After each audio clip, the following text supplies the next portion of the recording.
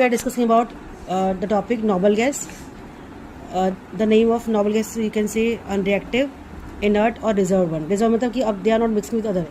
अब जो एक बार इनका बॉन्ड बन गया तो बहुत tightly they are unreactive elements और gas you can say. Inert gas क्या होता है बेटा? नोबल गैस क्या होता है?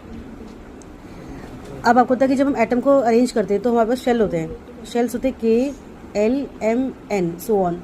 लेकिन अभी हम 4 शेल्स के बारे में पढ़ेंगे. आपके 10th क्लास में ये लेवल है, इवन 9th से ही शुरू होता है. तो फर्स्ट शेल में कितने एलिमेंट इलेक्ट्रॉन्स रिवॉल्व करते हैं? 2. सेकेंड शेल में कितने होते हैं? 8. Very good. नेक्स्ट में कितने होते हैं? 8. एंड नेक्स्ट में होते हैं 18. हालांकि इसमें 18 होता है. हमारा ऑर्डर अगर हम देखें, अगर हम इसका ऑर्डर देखते हैं तो फॉर्मूला क्या होता है इसका? हमारा अरेंज करने के लिए 2n² होता है as per the number of shells. Number of electrons arrange होते हैं नंबर ऑफ शेल से. ठीक है. तो अगर एक शेल में, पहले शेल में कितना आएगा? 1. तो यहाँ कितना आएगा? 2 आ जाएगा. फिर 2 में तो 8 आ जाएगा. अगला 18 होता है. But practically what we are doing कि जब तक इसमें 18 नहीं होते तब तक हम इसको 8 से करते हैं फिल. तो ऑक्टेट फिल करना होता है एक्चुअली.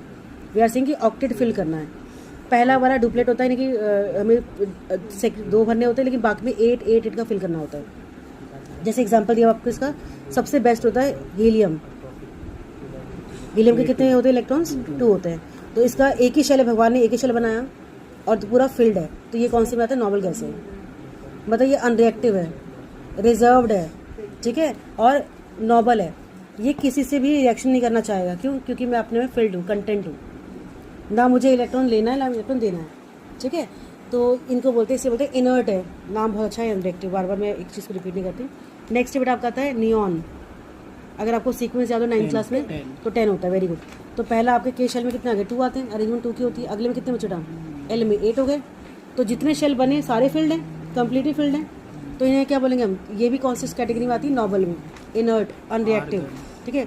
नेक्स्ट एक और करेंगे हम आर्गन वाला. Argon has 18 electrons. तो इसको कैसे अरेंज करोगे आप? KLM. तो इस पहले शेल में कितने आ गए? 2. देन अगले में 8 आ गए और फिर 10 हो गए. 18 में से तो लास्ट में भी 8 आ गए. तो इसके भी जितने भी शेल्स है सारे कम्प्लीटली फिल्ड हैं. तो these are all the noble gas, unreactive और इनर्ट गैसेस और रिजर्व भी हो सकते हैं. ठीक है. कन्फिगरेशन आपने ऑलरेडी करा हुआ है 9th क्लास में, तो वही रिपीट किया हमने KLMN से.